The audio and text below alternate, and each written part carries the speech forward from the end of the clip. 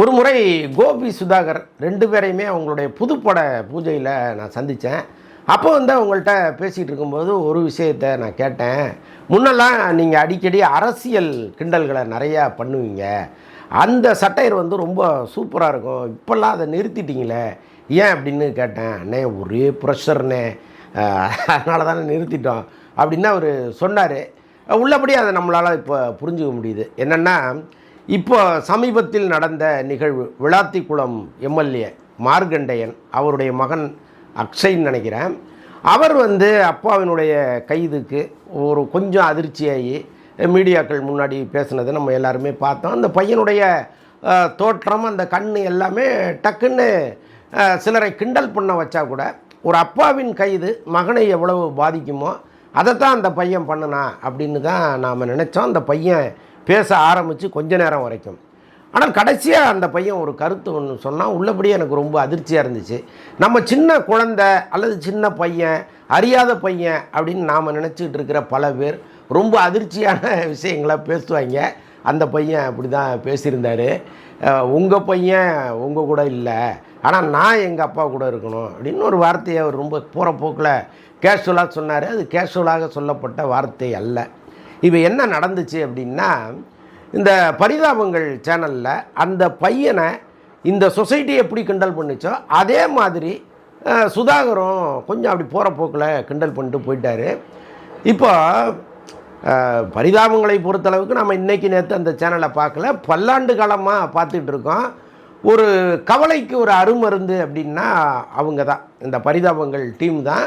அந்த டீமில் இருக்கிற கோபியும் சுதாகரும் கொஞ்சம் கூட மனதில் வஞ்சகம் இல்லாமல் அப்படியே ஒரு எல்லா விஷயங்களையும் ரொம்ப ஸ்போர்ட்டிவாகவோ அல்லது ரொம்ப கிண்டலாகவோ எடுத்து செல்கிற வழக்கம் உள்ளவங்க. நம்ம அதை பார்க்கும் பொழுது கூட, இப்போ ஒன்றும் இல்லை, நான் தீவிர திமுக ஆதரவாளனாக இருந்தால் கூட எனக்கு கோபம் வராது. அவங்க ஒருவேளை நம்மையே கூட கிண்டல் பண்ணால் கூட நமக்கு கோபம் வராது, அது சிரிச்சுட்டு போகிற அளவுக்கு தான் இருக்கும். ஸோ அப்படித்தான் அன்றைக்கி அந்த விஷயத்தையும் அவங்க தொட்டுட்டு போனாங்க. ஆனால் திமுக காம்பவுண்டு கொந்தளிச்சிடுச்சு. முக்கியமாக முன்னாள் அமைச்சர் திரு டிஆர்பி ராஜா அவர்கள், அவரை பரிதாபங்கள் சேனலில் நான் ரொம்ப ரெகுலராக பார்ப்பேன், அவங்க இவ்வளவு சீப்பாக போயிடுவாங்கன்னு நான் நினைக்கல அப்படின்லாம் ஒரு கருத்தை வெளியிட்டு அதை நீக்கணுங்கிற மாதிரிலாம் கேட்டிருந்தார். இந்த நேரத்தில் பழைய சம்பவம் ஒன்று சொல்லணும்னு எனக்கு தோணுது. எப்போவுமே நிகழ்கால புண்ணுக்கு கடந்த கால சம்பவம் தான் ஒரு அருமருந்தாக இருக்கும். திமுக ஏன் இப்படி ஆயிடுச்சு அப்படிங்கிறது தான் எனக்கு மாபெரும் கவலையாக இருக்குது. ஏன்னா எம்ஜிஆர் இறந்த அன்னைக்கு, நான் அப்போல்லாம் சென்னையில் தான் இருக்கேன், சென்னை முழுக்க கலவரம்னா ஒரு புறம் திமுக கொடிகளை வெட்டி சாய்ச்சதெல்லாம் ஒரு பக்கம் இருந்தால் கூட, இந்த மவுண்ட் ரோட்டில் இருக்கிற முக்கியமான கடைகளுக்குள்ளே பூந்து, அங்கே அப்போல்லாம் டயனோரா டிவிலாம் இருந்துச்சு, பெரிய கண்ணாடி தடுப்புகள் இருக்கும், அதில் தான் அந்த டிஸ்பிளே மாதிரி வச்சுருப்பாங்க, அதையெல்லாம் உடச்சி உள்ளே போய் ஆளுக்கு ஒரு டிவியை தூக்கிட்டுலாம் கிளம்புனாங்க. அப்புறம் ஒரு ஷூ கடையில் பூந்து ஒட்டச்சி ஷூவெல்லாம் அழுட்டு போனாங்க. அதேமாதிரி கண்ணில் கிடைப்பதையெல்லாம் அடித்து எடுத்துகிட்டு போனாங்க. இது இவங்க எல்லாமே சமூக விரோதிகள். நாட்டில் இது போன்ற ஏதாவது ஒரு பிரச்சனை நிகழும் போது இவங்க அதை அவங்களுக்கு சாதகமாக பயன்படுத்திக்கிட்டு கொள்ளையடிப்பதை ஒரு வழக்கமாக வச்சுருப்பாங்க. அன்றைக்கும் அதுதான் நடந்துச்சு. அந்த கூட்டத்தில் ஒரு அதிமுக தொண்டன் மவுண்ட் ரோட்டில் இருந்த கலைஞர் சிலையை ஒரு பாறையால் உடைச்சான். ஆக்சுவலாக கலைஞர் மீது அதிமுகவினருக்கு எவ்வளவு வெறுப்பு இருந்ததுங்கிறத அந்த காலத்தில் இருந்தவர்களுக்கு தான் தெரியும். அதாவது திமுகவை அவ்வளவு வெறுப்போடு பார்த்தவர்கள் அதிமுகவினர். அதே மாதிரி அதிமுகவினரையும் திமுக அவ்வளவு ஒரு அவர்சனாக பார்த்த காலம். ஆனால் ஒரு சிலையை எதையோ கலைஞரையே பாறையால் குத்துற மாதிரி நினச்சிக்கிட்டு ஒரு பாறையை எடுத்து அந்த சிலையை உடைப்பான் ஒருத்தன். அது நெஞ்சில் அப்படி குத்துவான். மறுநாள் கலைஞர் என்ன பண்ணார் தெரியுமா? அந்த ஃபோட்டோவை சிலையவே உடச்சி சுக்குநூறாக்கிட்டாங்க. இப்போ அந்த இடத்துல அந்த சிலையே கிடையாது. அதற்கப்புறம் அந்த சிலையை வைக்க பல பேர் முயற்சி பண்ண பிறகும் கலைஞர் அது வேணான்ட்டார். அந்த சம்பவம் நடந்த மறுநாள் முரசொலியில் கலைஞர் ஒரு 4 வரி எழுதியிருந்தார். நல்ல வேளை அந்த தம்பி என் முதுகில் குத்தவில்லை, நெஞ்சில் குத்தினான், அதுவரை நிம்மதி எனக்கு அப்படின்னு எழுதியிருந்தார். எவ்வளவு மோசமான விஷயத்தையும் அப்படி கடந்து செல்வது தான் கலைஞருடைய குணமாக இருந்துச்சு. இன்னொரு சம்பவத்தை கூட இந்த நேரத்தில் என்னால் சொல்ல முடியும். இந்து முன்னணி தலைவர் ராமகோபாலன் ஒருத்தர் இருந்தார், அவரை வீரத்துறவின்லாம் சொல்லுவாங்க. அவர் பல்வேறு வேலைகளை இங்கே பண்ணிகிட்டு இருந்தார். அவர் கலைஞரை நேரில் சந்தித்து கீதை புத்தகத்தை அவருக்கு வழங்கணும்னு முடிவு பண்ணார். இதுவே தேவையில்லாத ஒரு வேலை. கலைஞர் வந்து அவருடைய பகுத்தறிவு எண்ணங்களோடு அவர் கருத்துக்களை பரப்பிட்டு இருக்காரு. உங்களுடைய கருத்துக்கள் என்னவோ அதை நீங்கள் உங்கள் கம்பவுண்டில் பரப்புறது தான் சரியாக இருக்கும். ஆனால் நான் அவரை சந்தித்து இந்த புத்தகத்தை கொடுக்கணும் அப்படிங்கும் பொழுது கட்டாயமாக அது ஒரு கலவரத்திற்கான வழி தான் அப்படிங்கிறத காவல்துறை உட்பட எல்லாருமே நினச்சாங்க. அதற்கு அனுமதி கொடுக்கக்கூடாதுங்கிற அளவுக்கு அன்னைக்கு பிரச்சனைகள் போச்சு. ஆனாலும் கலைஞர் கவலையே படல. அவரை வர சொல்லுங்கன்ட்டார். கோபாலபுரம் வீட்டில் கலைஞர் இருக்கார், ராமகோபாலன் வர்றாரு. காவல்துறை வந்து நல்ல பாதுகாப்போடு அவரை கூட்டு வராங்க. கூட்டு வந்து அப்படி முதல் மாடியில் வந்து கலைஞர்கிட்ட அந்த கீதை புத்தகத்தை கொடுக்குறாரு. கலைஞர் ரொம்ப சிரிச்சுக்கிட்டே அந்த புத்தகத்தை வாங்கிட்டு கீதையின் மறுபக்கம்னு ஒரு புத்தகத்தை எடுத்து திருப்பி கொடுத்தாரு. அதான் கலைஞர். அதில் வந்து அந்த கீதையை பகுத்தறிவோடு அணுகியிருக்கிற புத்தகம் அது. இதை நீங்கள் படிங்க, நீங்கள் கொடுத்ததை நான் படிக்கிறேன் அப்படின்னு அவர் வாங்கிட்டார். ஸோ இதுதான் வந்து கருத்து சுதந்திரம், கருத்து சுதந்திரத்துக்கு தருகிற மரியாதை. அப்படிப்பட்ட திமுக தலைமை இன்றைக்கி எப்படி மோசமாகி போச்சுன்னு நினச்சா உள்ளபடியே எனக்கெல்லாம் ரொம்ப அதிர்ச்சியாகவும் ஆச்சரியமாகவும் இருக்குது.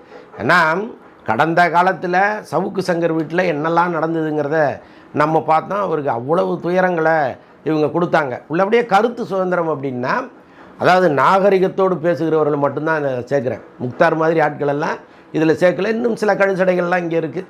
பல கட்சிகளில் அது இருக்கும். அவர்கள் பேசுவதெல்லாம் அந்த லாங்குவேஜே ரொம்ப கேவலமாக இருக்கும். ஆனால் சரியான லாங்குவேஜில் குற்றம் குறைகளை சுட்டி காட்டும் பொழுது அதை சரி செய்து கொள்வது தான் சரி. அப்படிப்பட்ட குற்றங்களை சவுக்கு சங்கர் சொன்னார். ஆனால் அன்னைக்கு இந்த அரசு அவருக்கு எதிராக என்னெல்லாம் பண்ணுச்சு அப்படிங்கிறத பார்க்குறோம். அப்போது இந்த கருத்து சுதந்திரத்தின் மீது திமுக வைத்திருந்த நம்பிக்கை, மரியாதை எல்லாம் அப்படியே அடுத்தடுத்த தலைமுறைகள் குறைச்சிக்கிட்டே வருதோ அப்படிங்கிற ஒரு எண்ணத்தை ஐயா டிஆர்பி ராஜா அவர்களுடைய பதிவு நமக்கு சுட்டி காட்டுச்சு.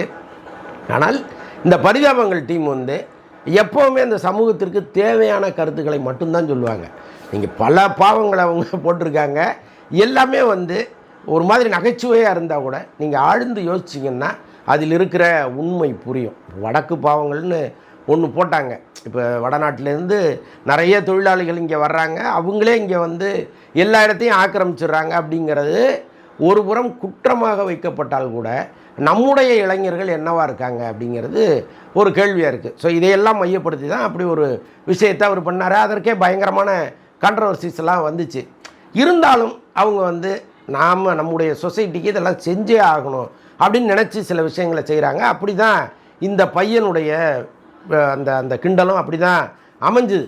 நான் என்ன சொல்கிறேன்னா, நம்ம வந்து சின்ன விதையாக இருக்கும்போது தண்ணி ஊற்றிட்டே இருப்போம். அது துளசி செடின்னு நம்ம ஊற்றுவோம், அது கஞ்சா செடியாக மாறும்.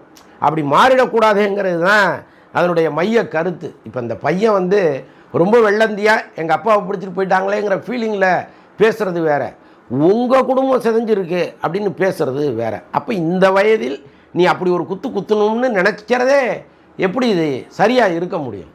அதனால் அவர் வந்து அப்படி போகிற போக்கில் அதை கொஞ்சம் நக்கல் அடிச்சுட்டு போகிறாரு. அதை தாங்க முடியாமல் அவருக்கு ஒரு பெரிய ப்ரெஷரை கொடுத்து இன்றைக்கி அதை நீக்க வைப்பதுங்கிறது வந்து கலைஞர் மாதிரி ஒரு தலைமையை ஏற்றுக்கொண்ட திமுக இன்றைக்கி எப்படி கொஞ்சம் கொஞ்சமாக தேஞ்சி எங்கே வந்து நிற்கிது பாருங்கள். ஒரு பரிதாபங்கள் சேனலை கூட அவங்களால தாங்கிக்க முடியலன்னா அப்போ தீப்பூரி தம்பி சிவம் மாதிரியோ அல்லது வந்து வெற்றி கொண்டான் மாதிரியோ அல்லது சிவாஜி கிருஷ்ணமூர்த்தி மாதிரியோ ஒரு கருத்தை உங்களுக்கு எதிராக வைத்தால் என்ன? இப்போ நான் சொன்ன எல்லாமே உங்கள் கட்சியை சேர்ந்தவங்க தான். ஆனால் இதே மாதிரி எதிர்கட்சியில் யாரோ ஒருத்தர் இருந்து இது மாதிரி கருத்துக்களெல்லாம் முன் வச்சா நீங்கள்லாம் என்ன ஆவீங்க? கலைஞருடைய மனநிலை உங்களுக்கெல்லாம் வரவே வராதா அப்படின்லாம் கேட்க சொல்லுது. மற்றபடி இந்த பரிதாபங்கள் சேனல் வந்து இதற்கெல்லாம் அஞ்சாமல் அவங்க என்ன நினைக்கிறாங்களோ அதை தொடர்ந்து செய்யணும். ஏன்னா இங்கே எதிர்ப்புங்கிறது பார்த்திங்கன்னா ரொம்ப சொற்பமான அளவில் தான் இருக்கும். ஆனால் உங்களுக்கான ஆதரவுங்கிறது அப்படி இருக்குது. இங்கே நீங்கள் என்ன போட்டாலும் அதை பாராட்டுவதற்கு ஏராளமான உள்ளங்கள் இங்கே இருக்காங்க. ஸோ அதனால் உங்களுடைய கிண்டலையும் கேலியையும் ஒருவதும் நிறுத்தாதீங்க, தொடருங்கிறது என்னுடைய அன்பான வேண்டுகோள்.